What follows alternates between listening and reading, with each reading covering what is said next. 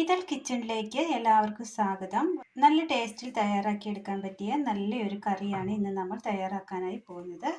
ഇത് ചപ്പാത്തി പൂരിക്ക് ഉപയോഗിക്കാൻ പറ്റിയ നല്ലൊരു കറിയാണ്. അതിനായി ഒരല്പം പഴുത്ത മാങ്ങ എടുത്തിട്ടുണ്ട്, സബോള അരിഞ്ഞത്, തക്കാളി പൊടിയായി കൊത്തി അരിഞ്ഞെടുത്തത്, വെണ്ടയ്ക്ക കഴുകിയതിന് ശേഷം അല്പം നീളത്തിൽ അരിഞ്ഞെടുത്തത്, മുരിങ്ങയില ക്ലീൻ ചെയ്തെടുത്തത്. ഇനി ഇത് എങ്ങനെ തയ്യാറാക്കാം എന്ന് കൂടി നോക്കാം. അടുപ്പത്ത് ഒരു പാൻ വെച്ച് കൊടുത്ത് അതിലേക്ക് പാൻ ഒന്ന് ചൂടായി വരുമ്പോൾ ഇതിലേക്ക് ഒരല്പം എണ്ണ ഒഴിച്ചു കൊടുക്കാം. എണ്ണ ഒഴിച്ചതിന് ശേഷം ഇതിലേക്ക് അരിഞ്ഞു വെച്ചിരിക്കുന്ന വെണ്ടയ്ക്ക ചേർത്ത് കൊടുക്കാം.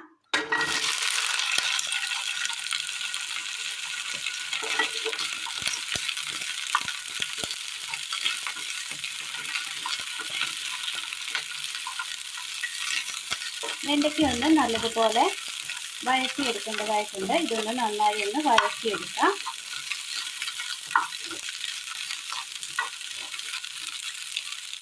വെണ്ടയ്ക്ക നന്നായി വാടി കിട്ടിയിട്ടുണ്ട്. വാട്ടിയെടുത്ത വെണ്ടയ്ക്ക ഒരു പ്ലേറ്റിലേക്ക് മാറ്റി വെക്കാം. വീണ്ടും പാൻ അടുപ്പത്ത് വെച്ചതിന് ശേഷം അതിലേക്ക് സബോള ഇട്ട് കൊടുക്കാം.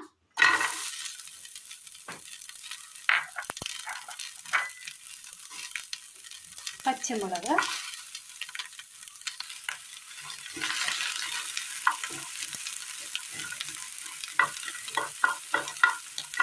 ഇത് അതുപോലെ ഒന്ന് വാട്ടിയെടുക്കേണ്ടതായിട്ടുണ്ട്. വാട്ടിയെടുക്കാം. വെണ്ടയ്ക്ക കൊണ്ട് തന്നെ ഒരുപാട് കറികൾ നമ്മൾ ചെയ്തിട്ടുണ്ട്. എല്ലാം യൂട്യൂബിലെ വീഡിയോയിൽ നോക്കുകയാണെങ്കിൽ കാണാവുന്നതാണ്. എല്ലാം നല്ല ടേസ്റ്റിൽ തയ്യാറാക്കിയെടുത്ത വെണ്ടയ്ക്ക കറികളാണ്. ഈ കറിക്ക് ഉപയോഗിക്കുവാനായിട്ട് നമ്മൾ പഴമാങ്ങ മാത്രമേ ഉപയോഗിക്കാവുള്ളൂ. പച്ചമാങ്ങ പുളിയുള്ളതും ഉപയോഗിക്കരുത്. സബോള അങ്ങനെ വാടി കിട്ടിയിട്ട് ചെറുതായിട്ട് ജസ്റ്റ് ഒന്ന് വാടിയിട്ടുണ്ട്. ഈ സമയം ഇതിലേക്ക് മുരിങ്ങയില ഇട്ട് കൊടുക്കാം.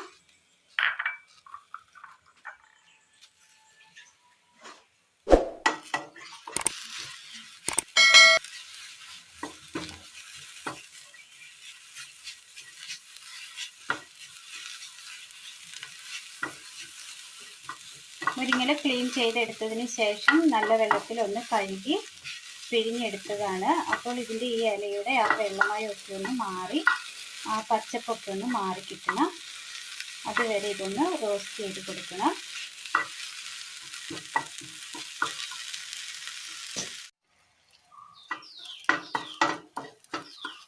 ഇലയുടെ ആ പച്ചപ്പൊന്ന് മാറി ഇല വാടി വന്നിട്ടുണ്ട്.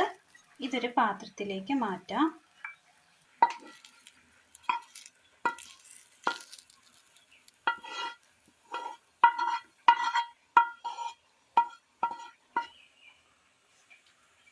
ഒരു പാത്രത്തിലേക്ക് മാറ്റിയിട്ടുണ്ട്. പാനിലേക്ക് എണ്ണ ഒഴിച്ചു കൊടുക്കാം.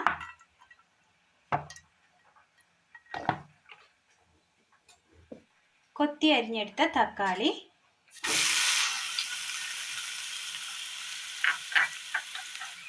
കട്ട് ചെയ്ത് വെച്ചിരിക്കുന്ന മാങ്ങ കൂടി ചേർത്ത് കൊടുക്കാം.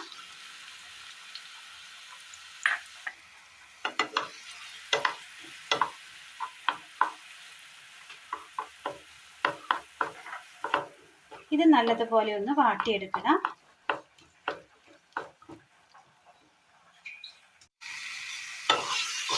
തക്കാളിയും മാങ്ങയും നന്നായി ഒന്ന് വഴന്ന് കിട്ടിയിട്ടുണ്ട്. ഇതൊരു സൈഡിലേക്ക് ഒതുക്കി വെക്കാം.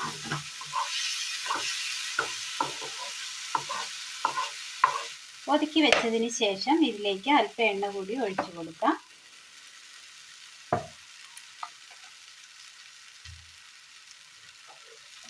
എണ്ണയിലേക്ക് ചെറുജീരകം,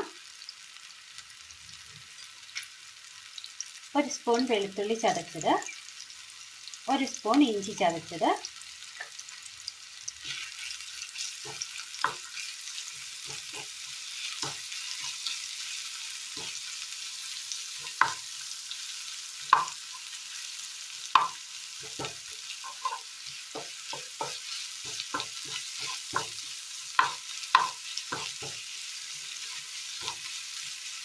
ഇതിൻ്റെ ആ പച്ചപ്പൊന്ന് മാറി വരുന്ന സമയം ഇതിലേക്ക്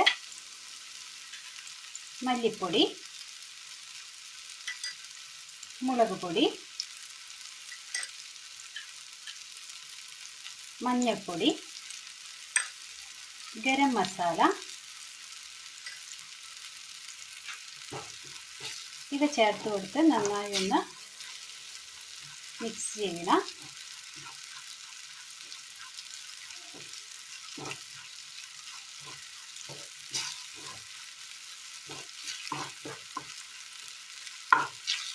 പൊടികളൊന്ന് നന്നായി മൂത്ത് വന്ന് കഴിയുമ്പോൾ സൈഡിലേക്ക് ഒതുക്കി വെച്ചിരിക്കുന്ന തക്കാളിയും മാമ്പഴവും ചേർത്ത് നന്നായി ഒന്ന് ഇളക്കി കൊടുക്കാം.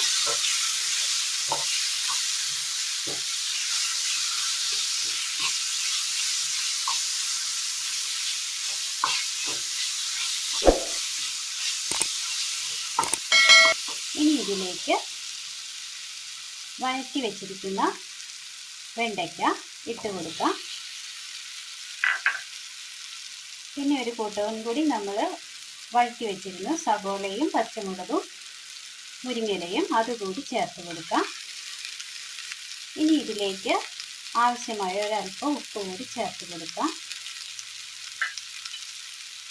ചെറു ചൂടുവെള്ളം കുറച്ച്. ഇനി ഇത് നന്നായി ഒന്ന് മിക്സ് ചെയ്യണം.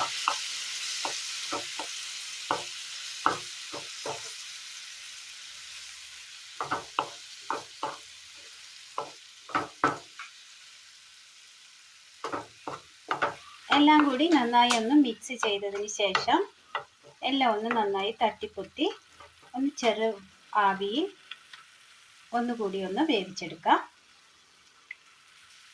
നന്നായി ഒന്ന് മൂടി വെച്ചിട്ട് വേണം വേവിച്ചെടുക്കാനായിട്ട്. ആവിയൊക്കെ നല്ലതുപോലെ കയറി വന്നിട്ടുണ്ട്. തീ ഓഫ് ചെയ്യാം. ഒരു പാത്രത്തിലേക്ക് ചേർത്ത് കൊടുക്കാം.